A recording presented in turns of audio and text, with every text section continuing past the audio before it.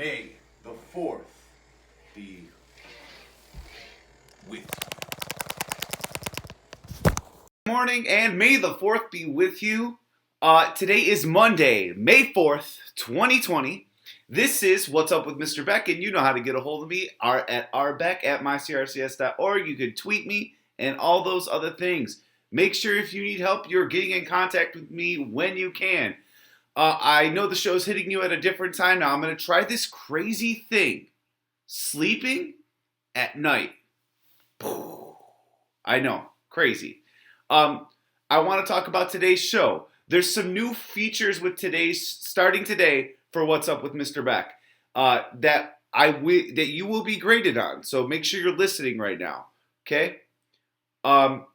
Questions now will not just the questions will be in the video. And there's going to be blank multiple choice questions on the assignment, and you're going to have to match them with the video because I need you to watch it, all of you.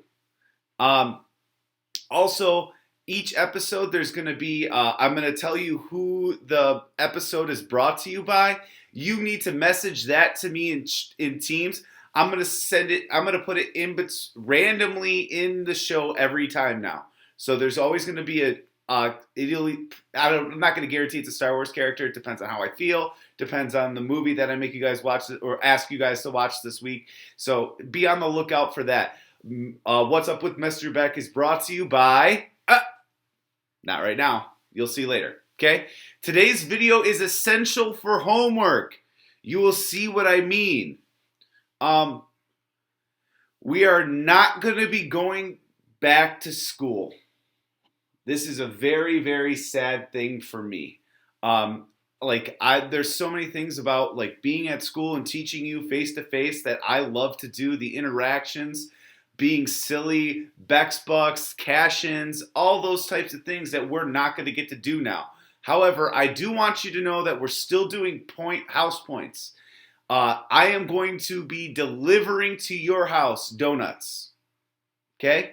So Gryffindor, I know I still owe you for the third quarter. Those points need to keep coming in. Everybody else, let's go. I wanted to be delivering donuts to different people at the end of the school year. Okay? So that's it. That's the rundown for the morning today. In this episode, there's going to be good news. There's going to be lesson number 4, which will have a homework assignment that you will need to watch the video with. Like I'm making you watch the video with it this time. Because you will not know the questions without it. If there's going to be a blank for a question, there's going to be 4 multiple choice questions, and you will answer it based off the question on the video. Okay? So, that's what's going on today. I'm going to bring back an oldie Tell Me Something Good song because it's Star Wars Day, so hit it, Chewie! Tell me some good news. Tell me some good news. Tell me good news. Tell me some good news. Tell me some good news. Tell me good news. All right, let's talk about some good news. We'll start with Jada. My good news is that I started a new book. The book is Bailey's Story. I have had it for a while, but I always had other books I wanted to read first. It's a really good book so far, and I can't wait to read more. I recommend it. I recommend reading it if you haven't done it yet. I might pick that up. Right now, I am reading a Stranger Things book. Next one, Braxton Clark got a new phone. Look at that. Looks pretty awesome. Mr. Beck's getting a new phone. It should be here in the next couple days. I'm also getting an Apple Watch. Whoop, whoop, whoop, whoop. Very exciting. Okay. Michaela, my good news is that I love Lock and Key so much. And last night we watched more Lock and Key. Awesome. I'm excited for you. Coleman, very apropos for today, got the Baby Yoda Funko Pop. Should we stop calling it Baby Yoda and maybe we should start calling it the child? The child. No. I'm always calling it Baby Yoda. Lacey, here's a picture of Lacey's birthday cake that she designed herself. Awesome work. It looks really good. I don't think I could make it that well. Brock, my good news is that my cat Casey has been very playful and sleeps on my bed every night. She's about 7 or 8 years old, and she has a son, and his name is Harold, and he's pretty cute too. I agree, they are adorable. My good news is it's Star Wars Day. Woo! Star Wars Day. Do do do do do do do do do do do do. Okay, I'll stop. All right, so I'm going to go into today's lesson. There are going to be 10 vocabulary words on it. I highly recommend getting out a piece of paper, having my piece of paper with me, and writing down the words and definitions, because there will be a test on this stuff. Hey, can I stop you from having your stuff written down? No. Easy way to get a 100. Just saying. Okay, so here's today's lesson. All right, and welcome to lesson 4. You will find today is the most essential lesson to watch. Today we will be going over vocabulary. That will be on a test. On a what? Yeah, that's right, on a test. So make sure that you are writing down your vocabulary as we're going through this. There will be a homework assignment that will have the vocabulary on it. So if you're writing it down while we're doing it, you're going to get a 100. Also, there will be multiple choice questions spread out through this video. And if you don't watch the video, you don't know what the question is. What? Mr. Beck, you're going to make me watch the video? I have guaranteed that you will now have to watch the video every single time to make sure that you get the right information, or your questions are wrong. Your answers are wrong. My questions are right.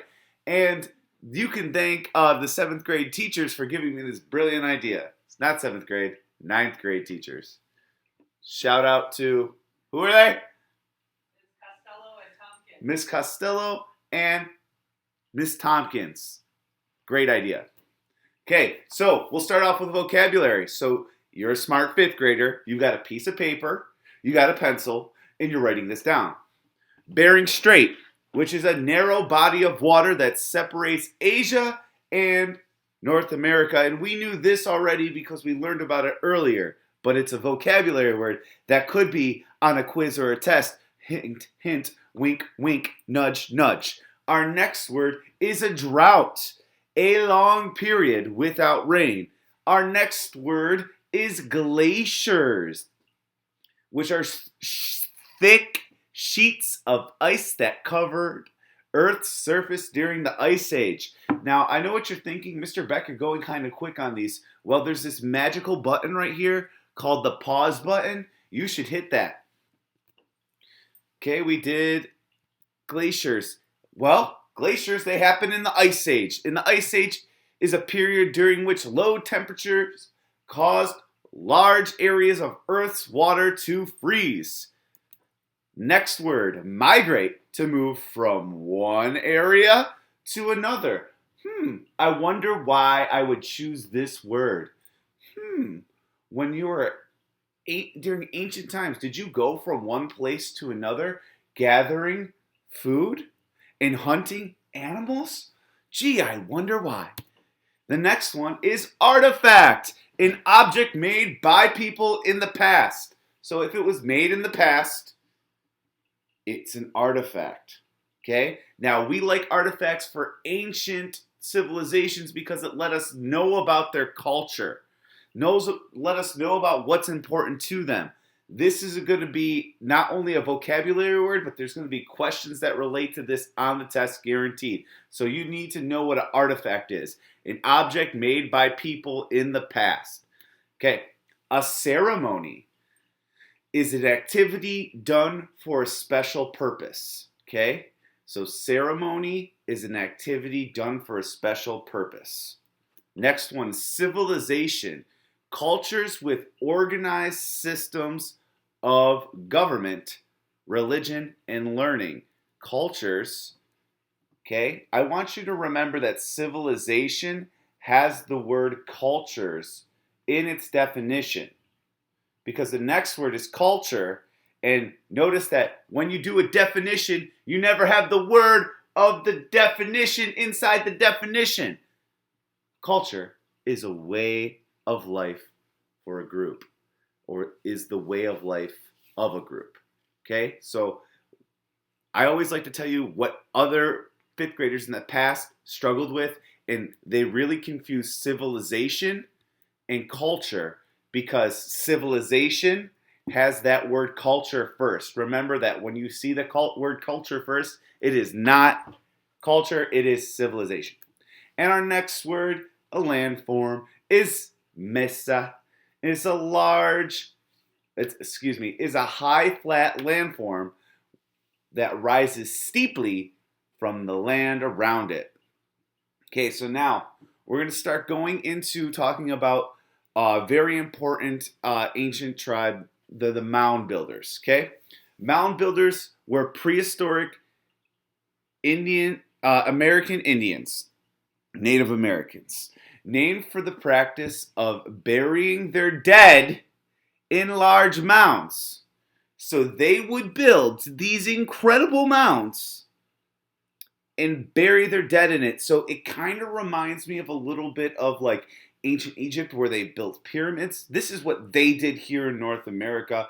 They made these mounds themselves. They dug the dirt, they moved it from place to place, and these things are huge. You can see them from an airplane high above the ground. It's not like a little hill that you dug or a little sandcastle that you built on the beach. These things are gigantic. Okay?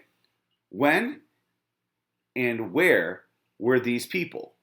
Beginning about 3,000 years ago, they built extensive earthworks, which is a fancy word for mounts, from the Great Lakes down through the Mississippi River Valley and into the Gulf of Mexico region. Now, I want you to start thinking about when we're talking about civilizations, like, geez, I wonder why these people set up their land here.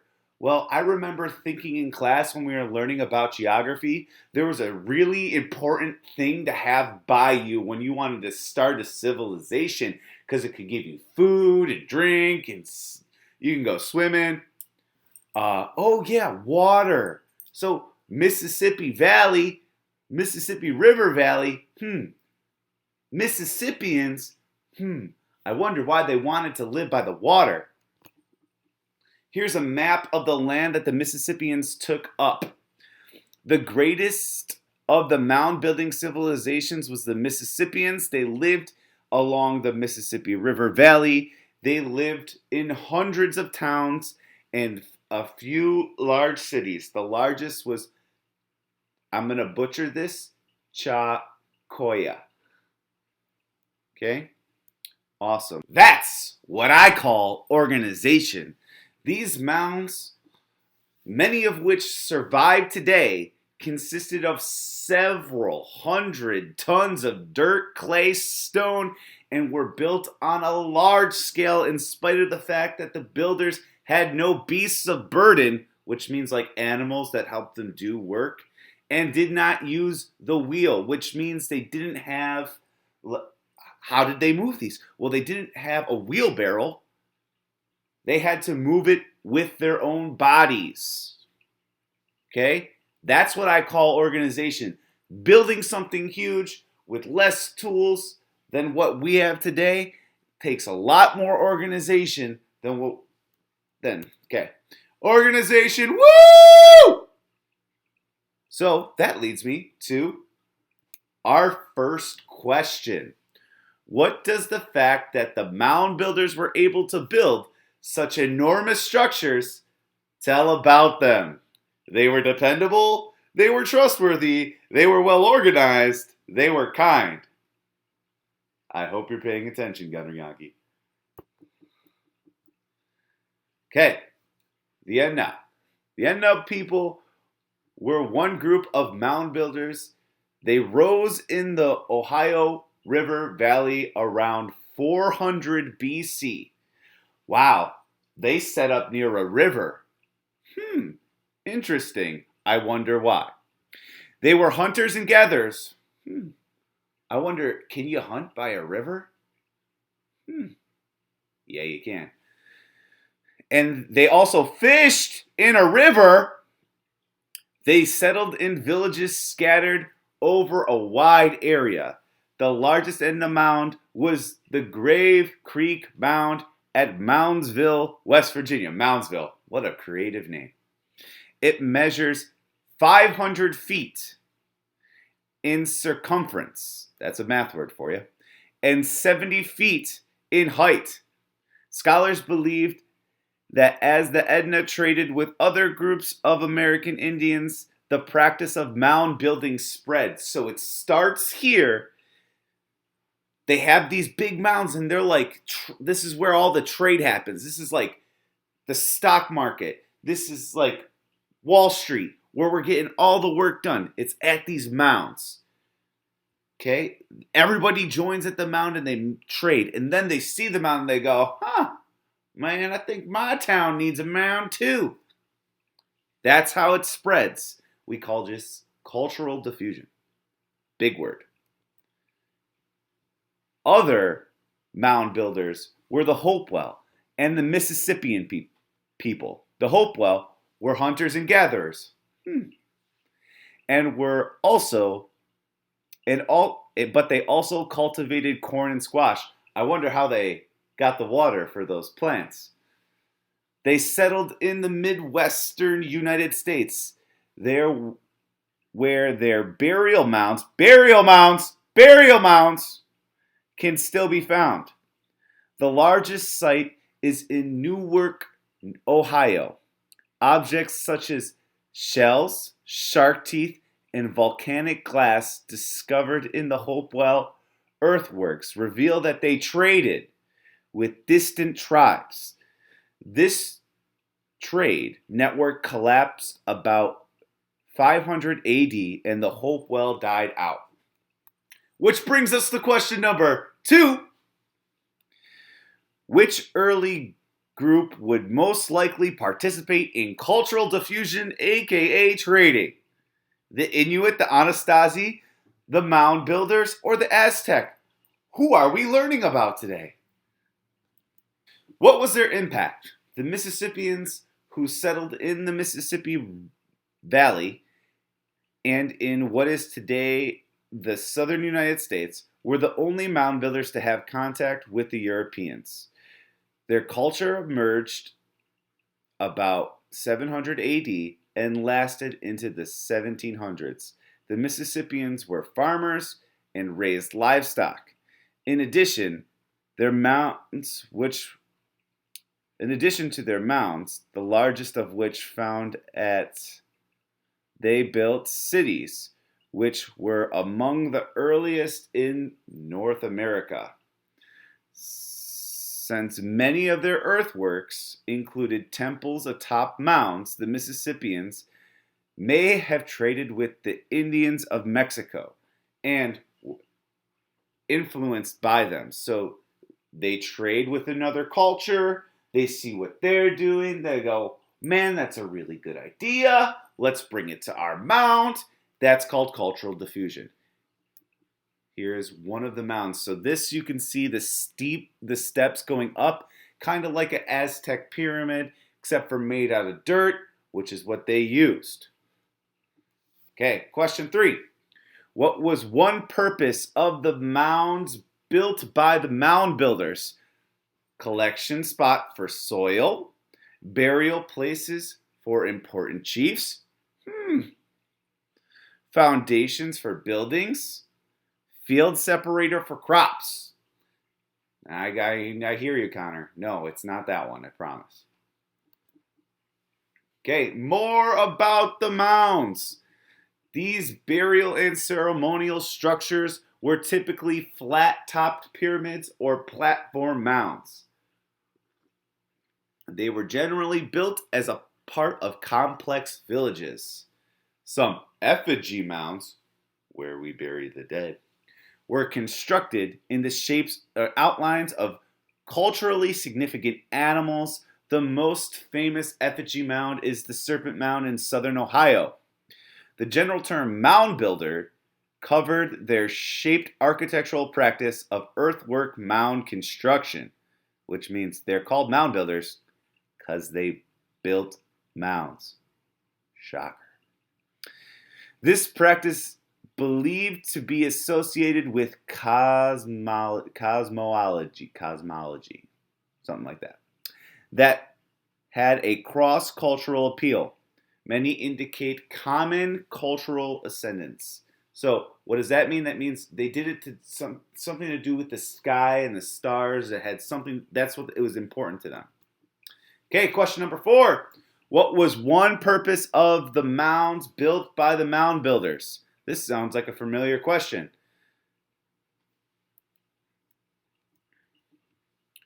Why did the mound builders choose to settle in the area east of the Mississippi? Why would we settle east of the Mississippi? Because the land there was suitable for farming. Lakes and rivers could be used for transportation. Lakes and rivers could be used for fishing. Or D, all of the above. All right. Today's episode of What's Up with Mr. Beck is brought to you by Count Dooku. Okay? And so if you want credit for watching today's episode of What's Up with Mr. Beck, you must send me that character's name on Teams. This is graded. This is how you get class participation. Okay? Here is today's precept. Hit it, Yoda! Always with you what cannot be done. Hear you nothing that I say. You must unlearn what you have learned. All right, I'll give it a try. No, try not. Do or do not. There is no try. All right. Just like Yoda said, it's up to you. You must unlearn what you have learned. You must do or do not. There is no try. So I need you to do your work this week. I need you to make sure you watch Mr. Beck all week, every day. Send me the episode's brought to you by and all that jazz. Remember, you have to watch the video to understand today or to do today's homework because the questions are only in the video. The multiple choice answers are going to be on the assignment on Teams. That'll be up to you probably by about 3 o'clock. So that's it for today. As always, #choose kind, #stay awesome. May the 4th be with you, Mr. Beck.